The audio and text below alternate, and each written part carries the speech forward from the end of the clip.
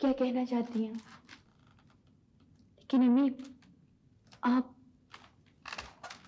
नहीं राबिया, जो बात तुमने पिछले कई दिनों में न कही, वो आज किसी खौफ, किसी दबाव के तहत मत बोलो। जब तुम्हारा दिल आमादा हो तब कहना। अच्छा, नहीं कहती। हालांकि मेरा दिल शिद्दत से चाह रहा है।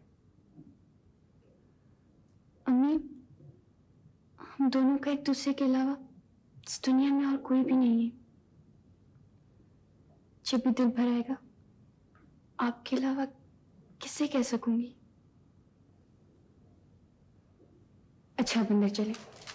क्यों इतनी धूप में बैठी हैं?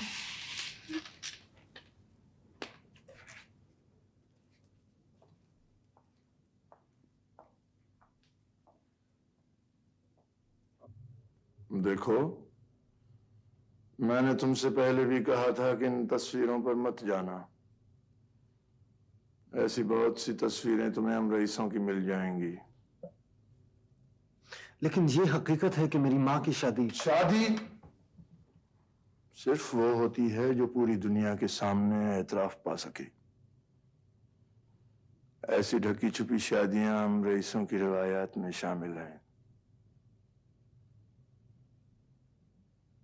कहो, क्या चाहते हो? जायदाद का हिस्सा? नहीं सही। फिर? मैं अपनी शनाख्त चाहता हूं, आपकी तरह अपने बाप दादा के हवाले से।